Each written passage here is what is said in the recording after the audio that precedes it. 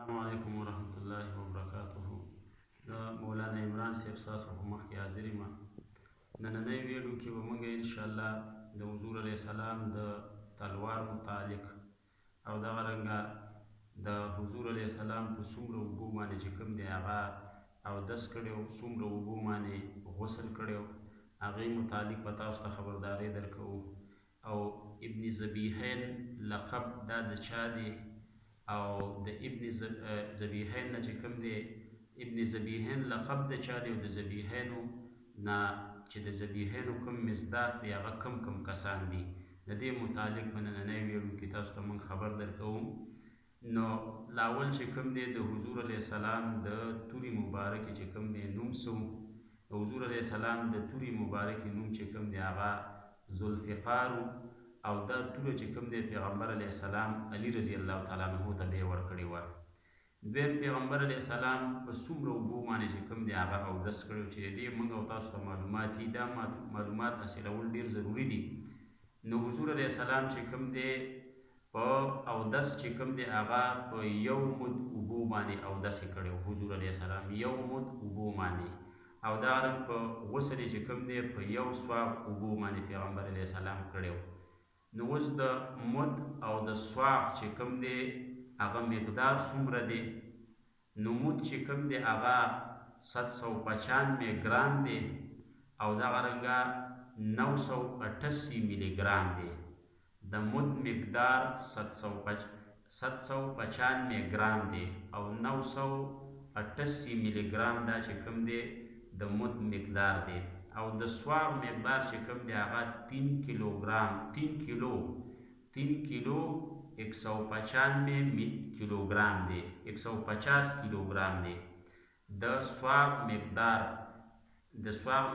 چې کوم دی هغه 3 کیلو او 150 کیلوګرام دی.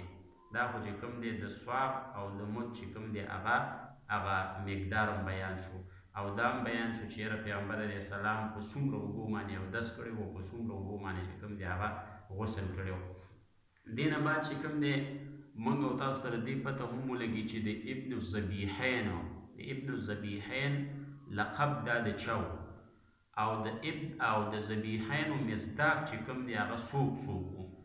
نو ابن الذبیحین لقب دا چې کوم دی د پیغمبر علیه السلام د حضرت محمد صلی الله علیه وسلم لقب ابن الذبیحین.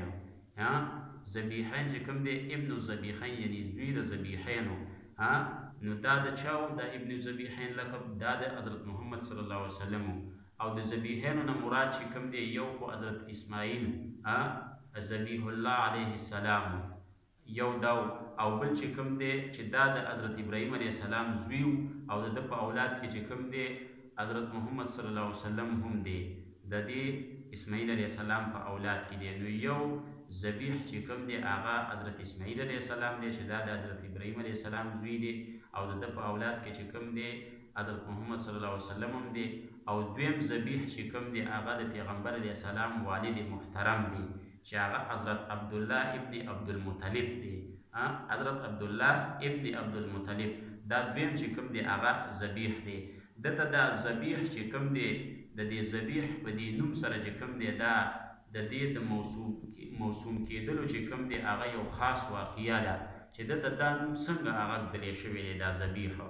دا واقعه داسې ده چې یو ځل چې کوم دی حضرت عبدالمطلب چې کوم دی خوب ولیده او په خوب کې د ابي زمزم چې کوم چینه ده د هغې نشانې ورته چې کوم دی نشان ورته هغه وښودلی شو.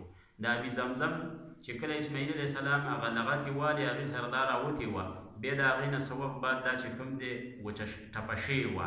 نو دا عبدالمطلب بیا چې کوم دی خوب لیده او هغه نشانې چې کوم دی په دې خوب کې ورته هغه وښودلې شولې چې ابي زمزم چې کوم دی نشان دلته کېدی. نو عبدالمطلب چې کوم دی دا کنستل شروع کړله چې کله دا کنستل شروع کړل نو دا هغه ځای و چې په کوم ځای کې چې کوم دی اصاب او نایله دا یو دوه بوتان دا ږدلی شوي وو. دغلته دا اصاب او نیله دوه بوتان چې کوم دی ایښودلی شوي وو دا هغه ځای و. نو قریش راغله او د عبدالمطلب چې کوم دی د دې نه څه شی کړ د دې نه چې کوم دی هغه منې کړ. نو عبدالمطلب چې کوم دی جګړې ته ورسره تیار شو. نو دوی په خپله باندې دوه کسانو یو عبدالمطلب او بل چې کوم دی د ده زوی و. دا دواړه چې کوم دی هغه دوه کسان وو او قریش چې کوم دی زید و. نو د دوی څوک مددګار هم نو. نو دوی چې کوم دی د عبدالمطلب ځان له والي محسوس کړه، نو د الله تبارک وتعالی نه چې کوم دی دغه وکړو او د الله دپاره چې کوم دی یو نظر ومنه. دا نظر یې ومنه که چېرته الله تبارک وتعالی چې کوم دی هغه ما له چې کوم دی دا چینه راویستله چې دا کوم کار کې زه مصروف یم دا یې راویستله او ما د الله تبارک وتعالی لس زامن چې کوم دی هغه راکړله، نو زه به یو زوی چې کوم دی د الله تبارک وتعالی دپاره هغه څه شی کوم قرباني کوم به یې. نو څه محنت نه بعد چې کوم دی الله تبارک وتعالی دغه چینه دته چې کوم دی راویستله، څه وخت بعد بیا چې کوم دی د ده لس زامن چې کوم دی هغه پیدا شوله. نو ده خو چې کوم دی هغه خپل نظر منلی و که نه چې یاره که ما د الله لس زامن راکړه دا چینه راووتله نو زه به چې کوم دی نظر به منم یو زوی به زه د الله لپاره قرباني کومه. نو د ټول زامن بیت الله ته چې کوم دی بوتلله، کعبې ته چې کوم دی هغه بوتلله. اول ته کې چې کوم دی دا ټول زامن چې کوم دی د دوی مخکې چې کوم دی هغه یو بوت په مخ کې چې د هغه بوت نوم چې کوم دی حبل د هغې نوم د هغه بوته د هغه په مخ کې چې کوم دی قرعه اندازي وکړله، یعنی مثلا پچه چې کوم دی هغه ویشتله. موږ ورته پښتو کې پچه ایشتل وایي. نو د دې لسو زامنو هغه قرعه اندازي وکړه چې دا قرعه اندازي د چا باره کې راوځي. نو په دې ټولو کې چې کوم دی د عبدالله باره کې چې کوم دی دا راووتله.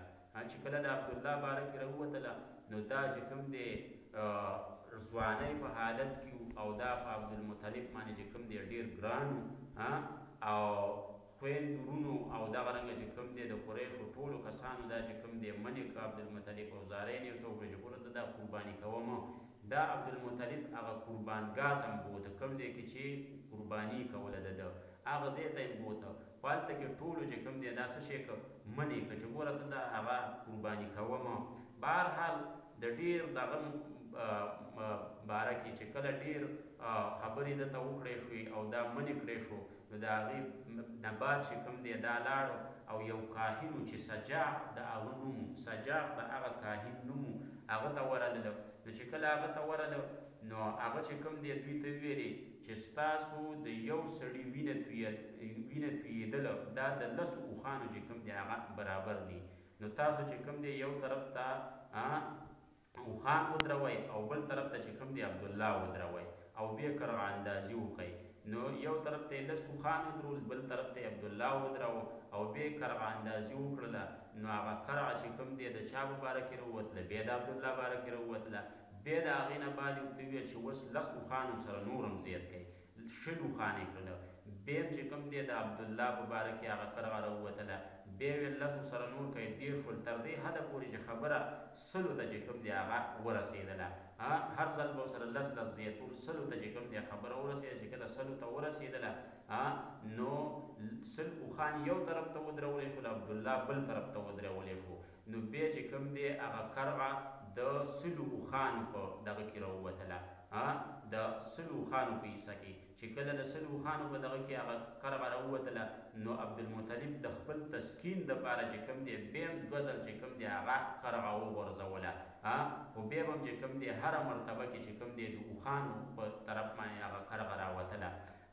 نو چې کله به د اوښانو باره کې هغه قرعه چې کوم دی راوتله نو سل اوښان چې کوم دی هغه څه شی کړل، بې ذبحه کړل او عبدالله چې کوم دی هغه د ذبحې کولو نه څه شی شو دا بچ شو. نو د هغې وخت نه چې کوم دی بیا د یو سړي وینې تویېدله په قریشو کې چې کوم دی سل اوښان د هغې دپاره څه شی شول مقرر شول. نو د دې وجې نه چې کوم دی عبدالله ته ذبیح ثاني عبدالله چې کوم دی د دې وجې نه عبدالله ذبیح ثاني مصداق دی. د ذبیح ثاني مصداق د دې وجې نه چې کوم دی عبدالله دی چې د ده په بدله کې چې کوم دی سل اوښان ذبح شول او دا چې کوم دی هغه بچ شول. واخر دعوانا الحمد لله رب العالمین والعاقبة